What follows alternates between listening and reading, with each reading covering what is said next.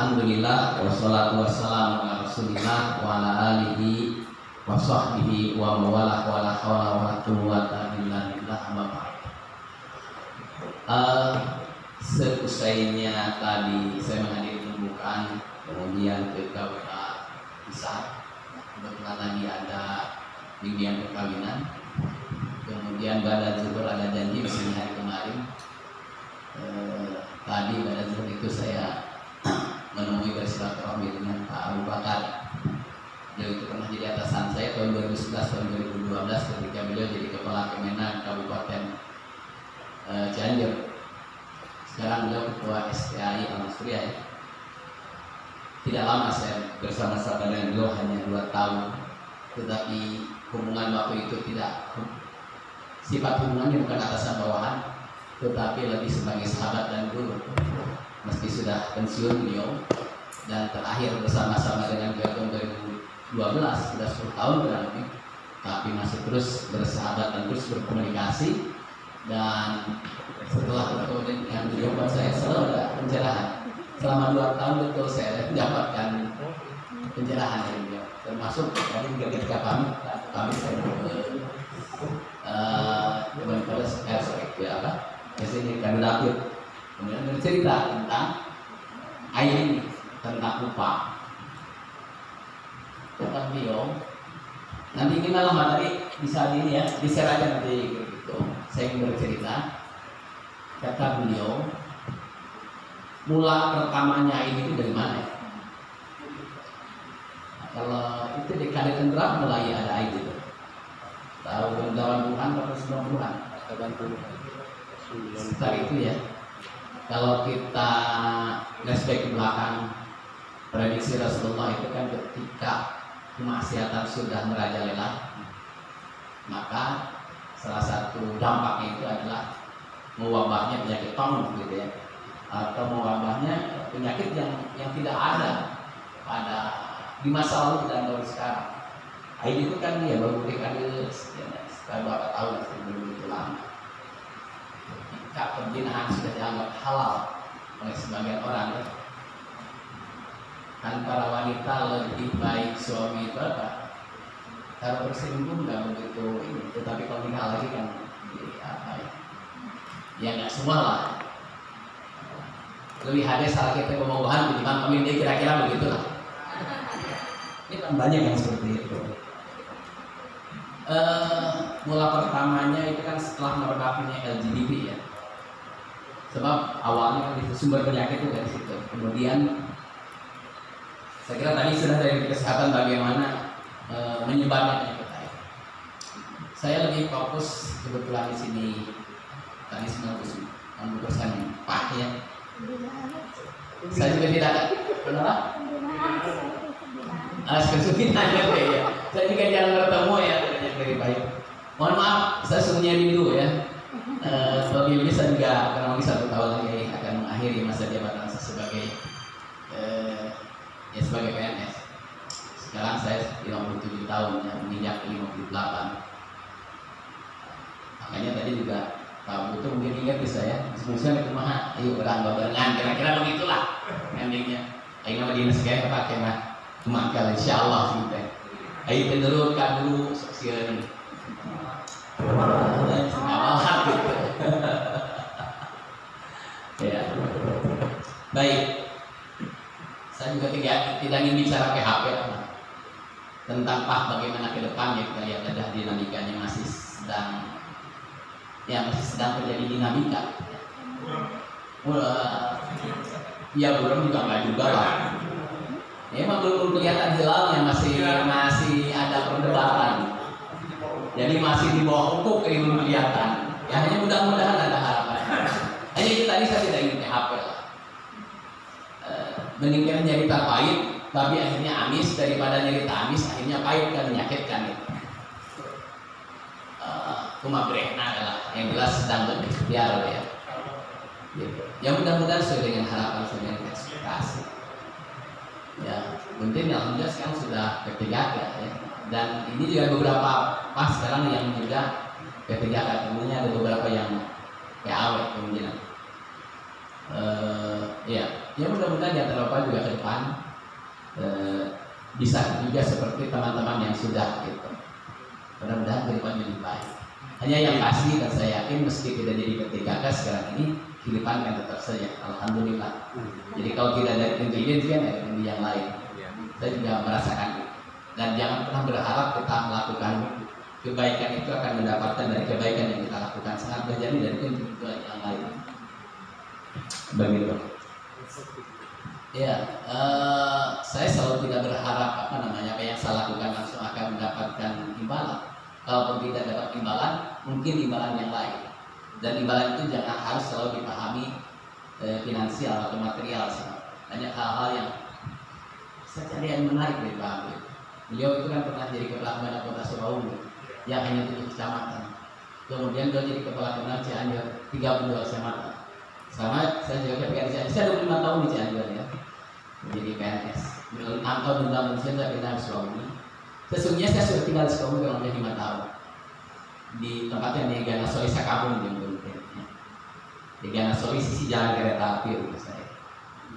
Pokoknya nama kalau Hoyong terang rombok simpuring di Ganasoli sisi jalan kereta api anu tidak ini betul berjalan berarti nabi milik jenis.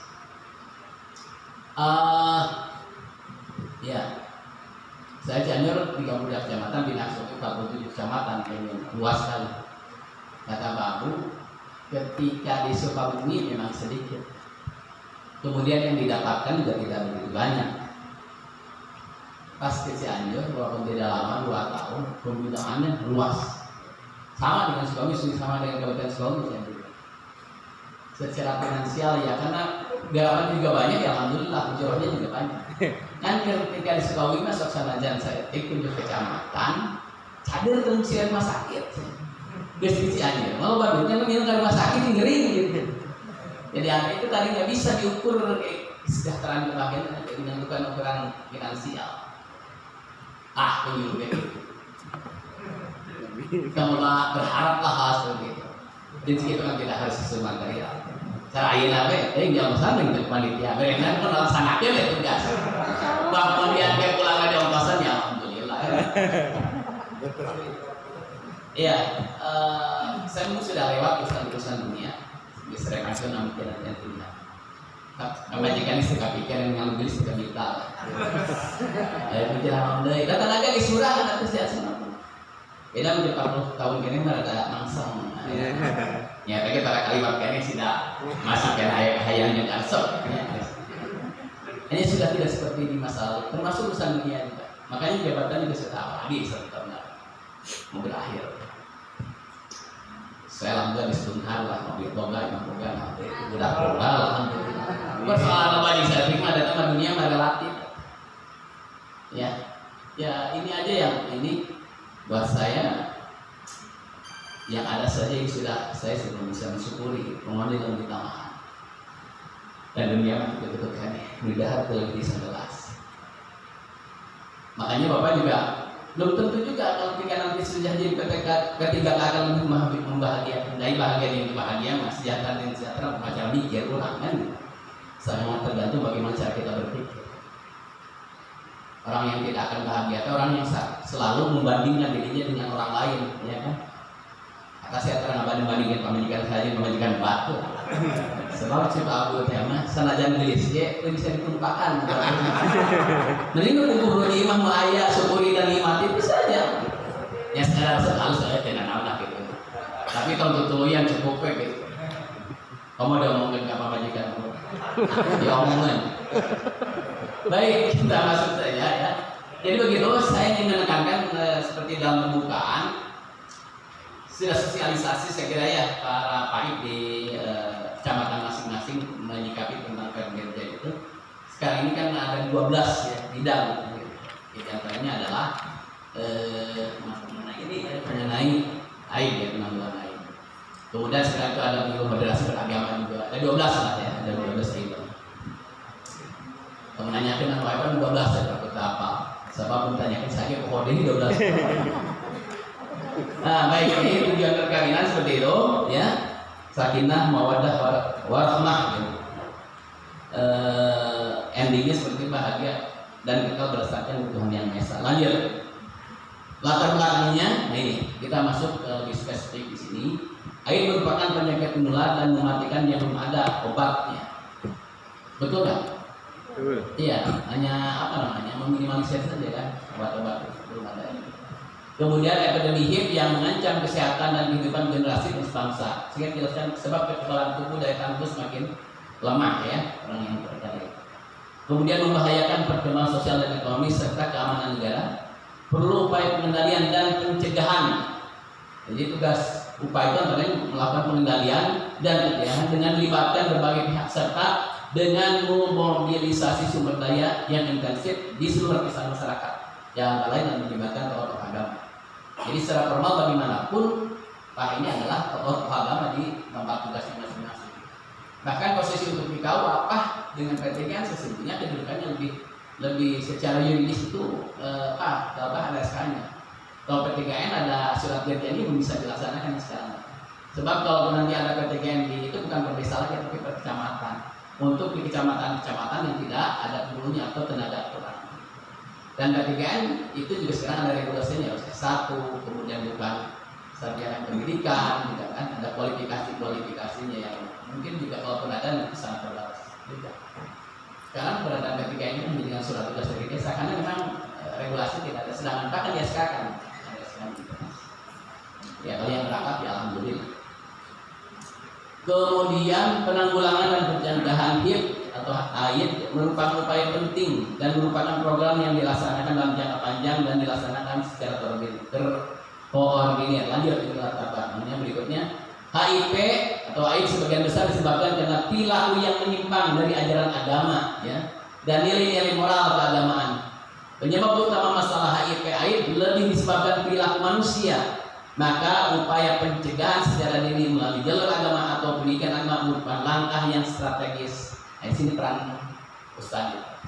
Jadi penanggulangan pencegahan AIDS pendekatan agama bahasa keagamaan dengan dalil-dalil begitu untuk mengingatkan masyarakat jangan sampai itu terjadi. Lebih pada pencegahan dini ya, tindakan preventif untuk terus secara masif. Walaupun sesungguhnya sentra pusat-pusat penyebaran HIV kan mulanya tempat-tempat lokalisasi. Hanya kemudian berkembang ternyata bukan hanya di Jogja. Banyak juga terjangkit ibu rumah tangga itu karena perilaku suaminya yang lesal itu yang dari laki-laki suka lelaki. Saya pernah melihat ya kalau penampilannya mungkin begini ya. Biasa saja gitu. Ya, punya istri dan punya anak gitu. Tetapi tanpa sama istrinya dia keluar. Dan ada komunitas-komunitas yang betul. Jadi komunitas yang sesuka punya sejenis itu. Ada yang memang gemulai yang suka kencang gitu. Gemulai ya. Itulah. Jadi ya gemulai. Saya nggak sudah berikan contoh ya artis-artis yang gemulai. Ada yang mungkin atletis gak kelihatan. Gitu. Bahkan itu tadi yang punya istri sama sekali tidak kelihatan. Tetapi ketika ketemu dengan komunitasnya yang kelihatan aslinya. Di situ ada yang berperan sebagai istri, ada yang berperan sebagai. Nah, itu salah satu penyebab awal mulanya dari perilaku penyimpangan seksual penyuka sesama jenis, terutama gay. Gay itu tadi ada yang asli gay, yang tidak suka dengan wanita, tapi ada yang ACDC. Ke wanita tadi suka dengan laki-laki juga suka. Ada kecenderungan yang lebih, ada yang lebih suka terhadap sejenis gitu. Tetapi untuk menjaga status sosialnya jadi punya istri gitu dan punya keturunan. Gitu. Nah, ini yang justru bahaya sebab bisa menyebarkan kepada istrinya dan juga bisa berikutnya kepada keluarga dan seterusnya. Oleh karena itu ada sekarang wanita yang baik-baik kemudian terjangkit sangat mudah jadi tersebarnya atau tertularnya oleh suaminya. Atau laki-laki juga yang dia bukan penyuka sesama jenis, tetapi dia suka jajan gitu. Walaupun coba-coba sekali pas kena misalkan dengan niat kan bisa juga tertular. Ada banyak sebab lah, saya kira sebelum tadi tadinya selesai. Nah barangkali ini yang perlu disampaikan antara lain oleh para ustadz ini, oleh bapak semuanya ini. Ya. Di pendekatan keagamaan. Bagaimana dahsyatnya gitu. perilaku penyimpangan seksual. Di mana sekarang ini, saya kira Islam itu sudah banyak sekarang ini komunitas-komunitas, bahkan yang lebih berbahaya apalagi di era digital sekarang ini kan banyak kasus-kasus. Dulu lagi tadi yang saya sampaikan, predator anak ya, predatornya predator apa sih? Pedofilia itu juga pedofil. Iya, penyimpangan seksual Ya, anak. saya nggak kebayang gitu. Sesuatu yang menurut kita menjijikan, tapi hal itu kalau sudah menyimpang orientasi seksual, alhamdulillah, nggak kebayang gimana nggak bisa tumbuh. Tetapi kalau memang disorientasi ya, ningali laki ningali bujur laki kayak gitu. Seksi yo. Seksi gitu kan. Makanya laki kita udah pakai celana ketat bisa kan. Ngeri banget lah kalau kita ini ya. Lanjut. Ini landasan hukumnya, segera tinggal dibaca. Dan tentang regulasi ini dasarnya. Berikutnya, nah ini ya. Innallaha la yadlimun nasa syai'an walakinan nasa anfusahum yadlimun. Ini Al-Qur'an ya. Sesungguhnya Allah tidak menzalimi manusia sedikit pun, tetapi manusia itulah yang menzalimi dirinya sendiri. Rabbana ba'na anfusana wa illam taghfir lana wa tarhamna lanakunanna minal khasirin. Ini kan akibat perilaku menzalimi diri sendiri. Kata umat Nabi Lut itu, jangan malu-maluin lah kalau kamu suka itu anak saya cantik-cantik kira-kira begitu. Tetapi ya begitu. Sampai kemudian terjadi malapetaka kan, karena yang datang itu kan malaikat kan gitu. Naraloong gitu kan. Dan bencana itu juga menimpa tidak hanya pelaku. Istri Nabi Lut itu bukan menyukai sama jenis kan, tetapi ikut mendorong kan, memberitahu kan dia di situ. Itu di rumah ada itu, ada tamu ganteng-ganteng gitu. Kira-kira begitu. Itu semacam memberikan dukungan kan gitu. Jadi itu tidak hanya terhadap pelakunya, ini kezaliman ini bisa juga terjadi terhadap orang-orang yang memfasilitasi atau mempropagandakan.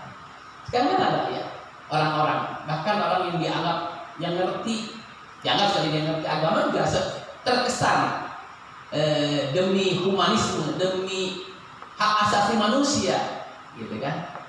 Diberikan peluang, gitu kan? Ada semacam pembelaan kan seperti itu. Alhamdulillah ya. Lanjut. Ini ya, ini lebih awal untuk menahan pandangan. Makanya kalau yang bebis, jadi laki-laki juga, karena lagi lama bisa dirasa. Ayah ini laki dikasih pun jangan bisa jadi ya bahaya juga gitu kan. Ada yang menarik. Dipanggil itu ya kalau sekarang malam ini ya perempuan dengan perempuan kita lihat juga. Laki lah kan makanya kalau bisa laki rasa bapak dengan laki ulah diantarkan ulah kecuriga hanya tawain gitu. Bisa jadi kan, berteman atau perempuan gitu terus-terusan. Makanya tuh kalau menkaraoke ini resep enek kali saja tapi normal. Ya normal berarti lawan resep. Apalagi di tempat-tempat pabrik-pabrik kemarin ada kasus kan di Cidaho ya. Kemudian ya pernah ada semacam ditemukan lah beberapa waktu yang lalu. Dan di tempat-tempat seperti di Semarang juga perempuan yang perempuan yang sangat boleh jadi. Alhamdulillah. Makanya suasana sejenis kendaraan juga mandi bareng-bareng gitu. Tapi saya waktu jadi santri pernah juga mandi bareng. Daya ini terbatas kan itu. Itu bareng itulah. Padahal mahasiswa gitu. Ya begitulah situasinya. Tapi tenanan alhamdulillah. Normalnya kan kayak gini. Baik lanjut. Nah ini jadi jangankan lakukan mendekatinya saja sudah tidak dipahami betul menantang mendekati ya saya kira jelas lah itu bisa jelaskan. Di sini banyak ahli tafsir lainnya benar yang benar-benar asli ini. Kalau saya pura-pura saya. Lanjut. Nah ini visi kementerian agama seperti itu ya. Jadi kementerian agama visinya kementerian agama yang profesional dan andal dalam membangun masyarakat yang soleh, moderat, cerdas dan unggul untuk mewujudkan Indonesia maju yang berdaulat mandiri dan berkemudian berdasarkan gotong royong. Apakah moderat tidak terjadi ayat anu pada dewasa ya tawasud. Saya ada laporan di Kawakasi dengan kita kayak Pak di kecamatan tertentu terkesan itu oposisi saja terhadap pemerintah. Indikatornya sukses posting anu kontennya nyerang. Nyatanya naon sih? Anggur keluar tipa. Kalau lagi presiden tipa, bayar lah. Gitu. Kemarin juga ada penyuluh menanyakan PNS atau non PNS saya yang diperiksa. Dari inspektorat saya juga mendampingi. Setelah hari gaji di pemerintah, ya pulang diambil, tapi pemerintah mengkritisi. Bukan tidak ada kritis dan lain ngobrol mah, akan guna media sosial mah hati-hati. Pas semuanya ini, apalagi yang baik, yang pas saja itu sudah nomornya sudah ada di pusat. Dan media sosialnya juga akun media sosialnya juga sudah ada. Ya, hati-hati. Jangan ada narasi-narasi yang isinya ujaran kebencian, lebih-lebih nanti menjelang pemilu. Ya. Tetapi kalau Pak masih boleh nanti kalau ingin mencalonkan, bisa saja. Ya, salah. Tapi kira-kira ya enak kan naon. Nah ini kira-kira kemenangan lah silakan. Nah, ya. Ya, ini visinya seperti itu ya. Kemudian berikutnya, nah ini visinya meningkatkan kualitas kesolehan umat beragama, memperkuat moderasi beragama dan kerukunan umat beragama. Saya berbicara yang begitu juga pernah di dua komisi, kali itu kepengurusan di komisi kerukunan umat beragama dan kerukunan bukan kerukunan, hubungan antar organisasi apa sekali namanya. Jadi MUI Komisi Ukhuwah Islamiyah. Jadi meningkatkan moderasi beragama, memperkuat moderasi beragama ini yang pasti yang terlibat di Kementerian Agama baik PNS maupun ASN. Yang paling itu masuknya di ASN. Aparat sipil negara, apa sipil negara itu kan ada dua, ada PNS, ada P3K ya. Mudah-mudahan nanti tadi yang baik bisa P3K. Tentang kuotanya berapa yang belum muncul. Ya, sampai hari ini belum ada kejelasannya. Jadi hilalnya belum terlihat. Ya. Kalau yang pasti kalau di kabupaten pasti harapan tadi bisa semuanya ya, yang mempunyai kualifikasi. Hanya endingnya seperti apa belum ada, sebab ini juga menyangkut kemampuan keuangan negara. Ya. Tadi dapat informasi yang menggembirakan dari Nurdin, mudah-mudahan bisa terrealisasi. Ya. Tadi saya ngobrol juga dengan ketua jauh dengan itu. Nanti dikoordinasikan saja. Mudah-mudahan itu tadi lumayan lah ya, alhamdulillah bisa nambah untuk modal apa gitu. Dari itu tongkrongan lomba ya, saya pikir kan butuh.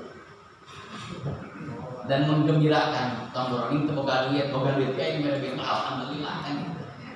Dan biasanya bab mereka lamun mereka setik asa gede nunari mana dan gede asa etik itu dunia mah gitu. Hanya orang yang memberi berapapun yang asa gede merek al narima dan gede asa etik. Kata kawan saya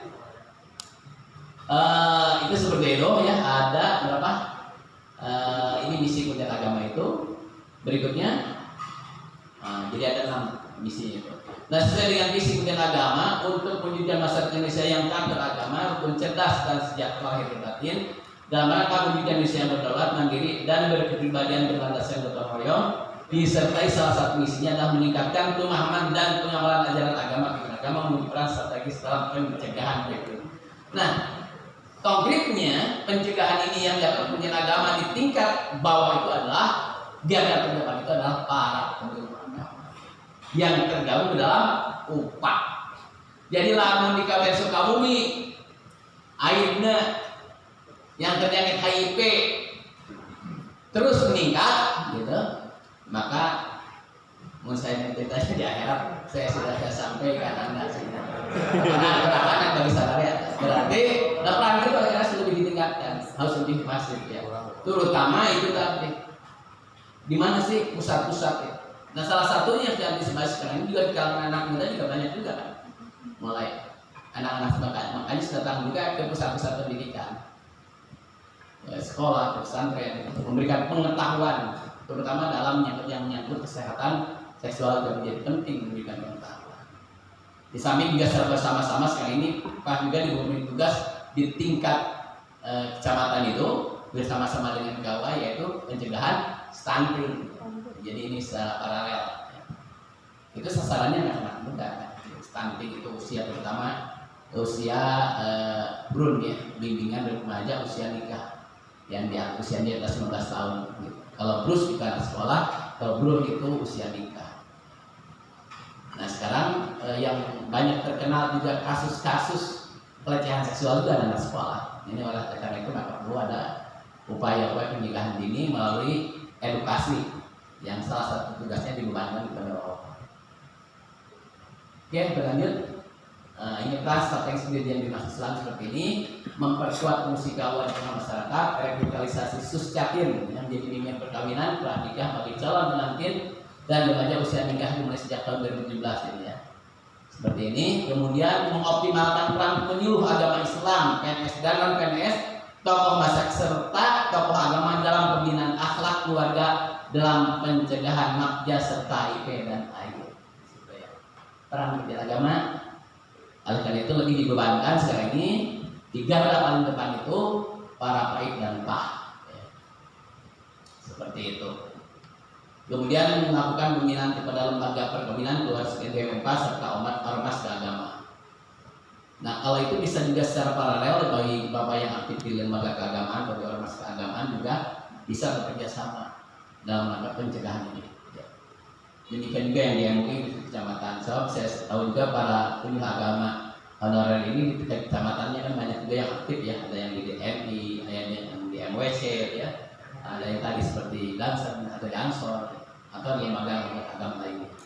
Dan itu bisa dioptimalkan. Kalau yang perempuan bisa minta tayat ya. Kalau muslimat enggak ya, sudah ketuaan gitu ya.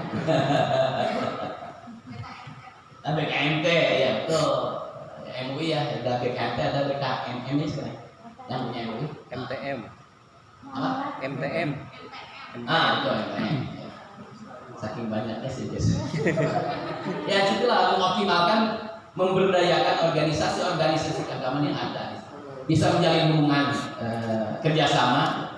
Hanya memang menyangkut anggaran kan itu, ya kan biasa kalau ada kegiatan dan ada anggaran. Tapi sebagai inisiatif, bagaimana memanfaatkan momentum ketika orang berkumpul menyampaikan pengetahuan tentang hal itu. Saya mulai banyak salin itu, seperti stunting dan juga ini kan bisa disampaikan. Para orang tuanya kan salah satunya kenapa banyak yang terkena itu terhadap anak-anak remaja karena abainya para orang tua dalam hayat itu masalah. Nah melalui institusi itulah Bapak punya peran ya, mengingatkan. Ya. Lanjut. Nah tugas saya kira ini sudah diketahui lah, tidak usah saya ulas. Cukup di pengetahuan saja nanti dibaca. Lanjut. Ini fungsi ada beberapa fungsi ini, yang fungsi protektif yaitu fungsi religius, fungsi biologis, fungsi rekreatif, fungsi ekonomis dan fungsi afeksional. Nah penjelasannya berikutnya. Lanjut. Nah ini fungsi protektif. Fungsi ini lebih menitik beratkan dan menekankan kepada rasa aman dan terlindungi. Apabila anak merasa aman dan terlindungi, barulah anak dapat bebas melakukan penjajakan terhadap lingkungan.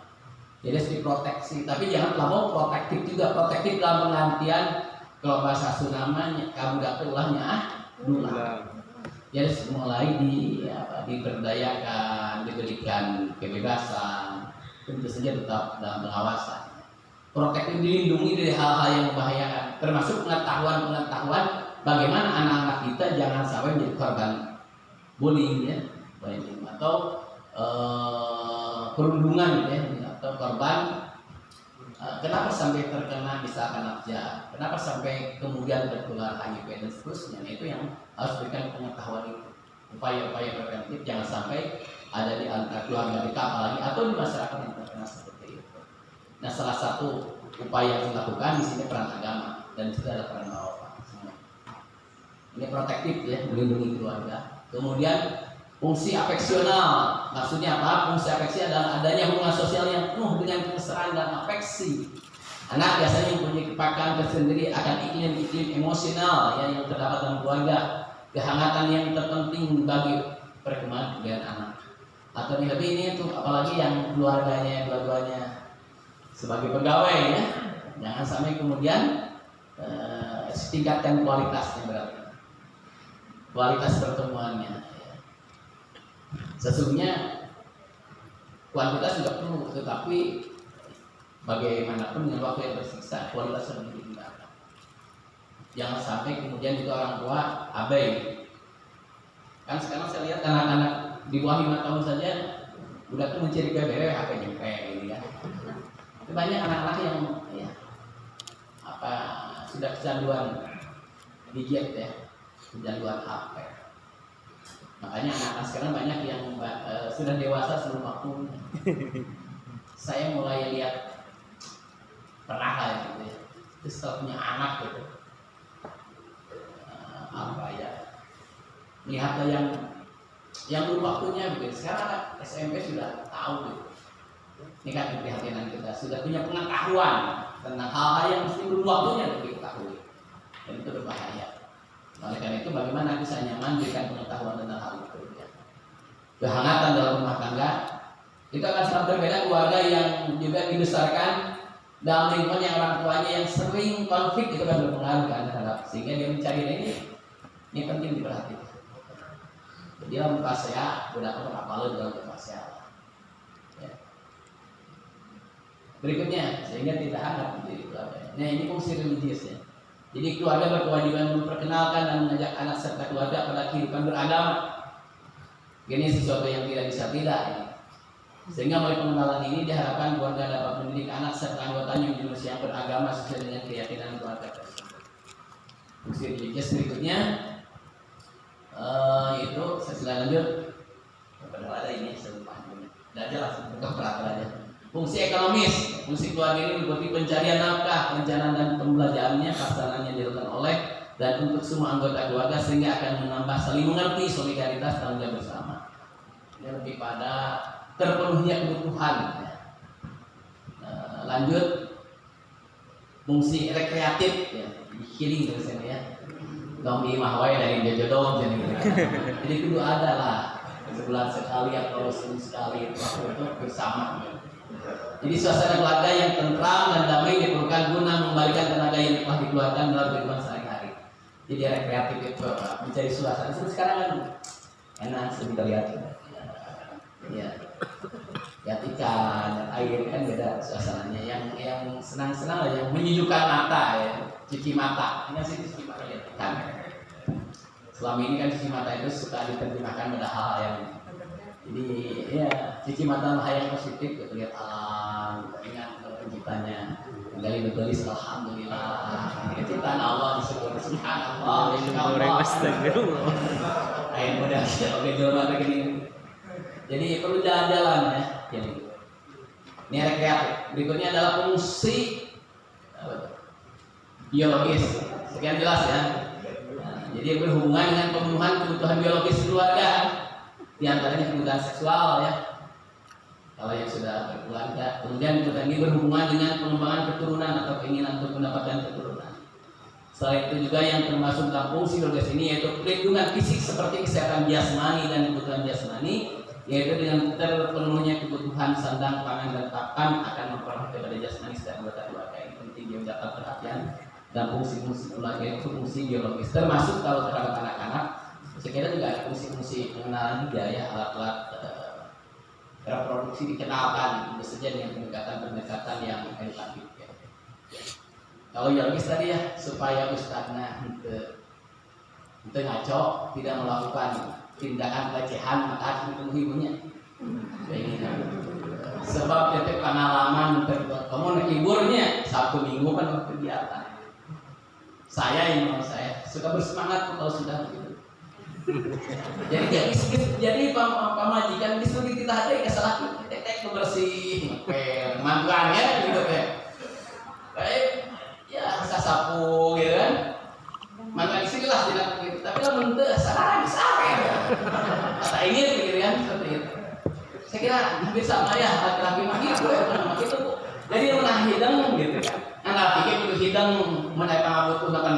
Beda gininya majikan yang skincare kayak baru online. Asa kamari terus minta deui. Kita lebih banyak para rukun. Tapi insyaallah enggak lah ya. Insyaallah berbuat. Jadi seperti itu. Jadi fungsi biologisnya diperhatikan oleh para istri dan juga para suami memperhatikan istri-istrinya. Jadi kopi itu kan enak itu ketika hangat yang dibiarkan dingin kan gitu katanya ya. Kata siapa saya itu? Lagi aku tidak salah di Instagramnya. Seperti itu. Jadi jangan salahkan kopi ketika kau menikmatinya terasa dingin. Sebab ketika hangat dibiarkan. Jadi kalau tahu lagi hangat buru-buru diuyup. Karena nah lebih baik hangat yang masuk aduh segar kan gitu. Beda mistis. Jadi karena lambung mesti gitu. Jadi Bapak paham ya, bagaimana suasana pasangan Anda istri Anda ketika hangat-hangat. Jangan dia biarkan seperti kopi. Sebab mistis mah hese dihadirkan gitu. Jeung teu ngeunah dia teu mistis. Jadi kalau ditinyo gitu rasanya beda, menyegarkan. Itu Bapak harus paham kondisi istri. Istri juga harus paham tadi. Kalau lagi mau jangan banyak alasan. Orang aku suruh begitu langsung dengan sarangan gitu ya. Mungkin capek lagi capek kan begitu dia ini tinggal gitu. Jadi lakinya ada menangan jelek gitu. Jadi ya makanya menciptakan suasana kehangatan. Suatu-waktu makanya perlu berjalan berdua gitu. Tom di bawah udah capek kayak kami. Ya sampai tidak mau suasana seperti itulah. Dan dia pernah doa. Udah ngangerin hal udah kami toh agak ini tuh cari suasana yang baru kan aja memang kesalahan apa yang ini kesalahan. Nah sebagai gangguan, sebagai gangguan kan ketika saya di gunung lah kita tahu betulnya udah nyari nggak ada ya kan iya ya maka cari suasana yang memang jadi kita berbeda kalau suasana kedua agar tadi laki-laki tidak hal yang lain melakukan hal-hal yang lain. Kalau yang tinggal di pesantren misalkan tinggal di santri kan seperti itu mungkin. Dan ini nyata terjadi sesuatu yang memperhatikan kita. Kita harus paham juga kenapa. Gitu. Seperti kasus yang terjadi yang kita tahu ya di Gaji itu daerah mana? Jombang ya.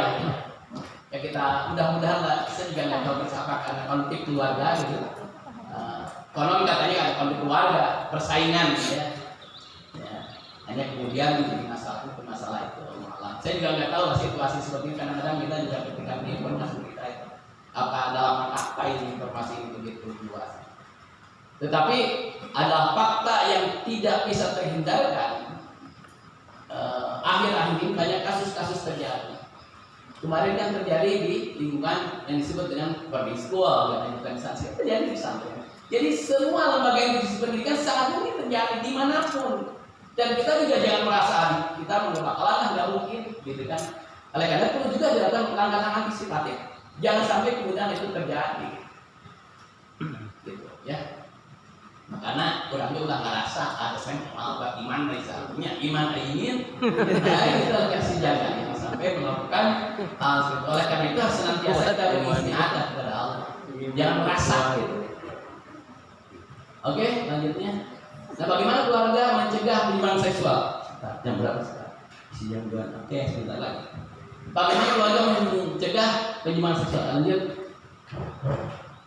Nah ini penyimpangan seksual dan pelecehan yang sekarang ini banyak terjadi itu. Pelecehan itu kan ada jenis-jenisnya ya. Ada memperlihatkan kelamin di hadapan orang yang berbeda jenis itu juga termasuk pelecehan. Atau kalau yang terjadi kemarin di kota itu kan yang pegang-pegang ya, yang di samping itu juga pelecehan. Nah di sini yang banyak dikorban itu perempuan harus berhati-hati. Kemudian pemerkosaan, apa langkah antisipasi yang harus dilakukan yang sampai terjadi ini pemerkosaan. Kemudian juga LGBT ya.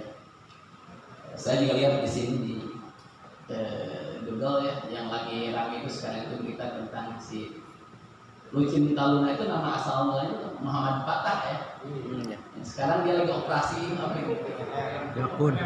Tengah aja saya macet ada dititipkan aja cari kan Google ayah yang saya tekannya muncul, jadi nggak ngerti.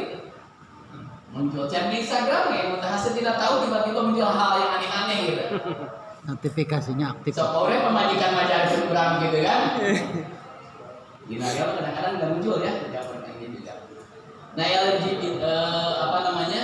LGBT kan sedang menghilangkan ini apa namanya? Jakun. Ini sampai segitunya.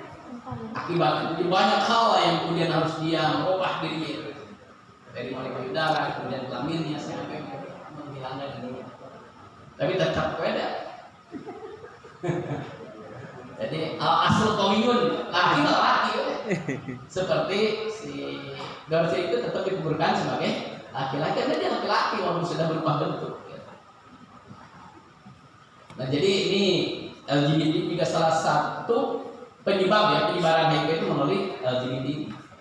Kemudian penyakit HIV ini ya orang yang berganti-ganti pasangan, penyakit menular lainnya, kemudian tindakan kriminal, tindak pidana ya, yang berkaitan dengan penyimpangan seksual. Ini diantara faktor-faktor penyebab terjadinya apa namanya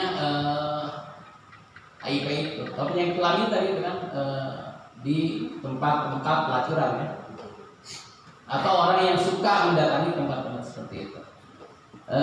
Berikutnya, nah sikap orang tua ini pencegahan yang dilakukan orang tua itu. Orang tua perlu mengedukasi diri sendiri dan memperbanyak ilmu terkait dengan pendidikan seksualitas sebelum nantinya disampaikan ke anak. Jadi memang berhati-hati pengetahuan tentang pendidikan seks ini.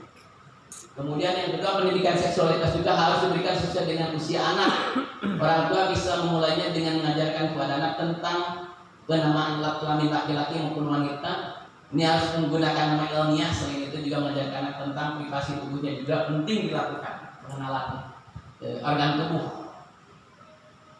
Ya, jadi jangan bahasa dengan bahasa yang vulgar. Nama ilmiahnya misalkan nama kelamin wanita itu vagina, misalkan kakinya, paginya. Laki-laki siklusnya lah, biasa saya ngomong.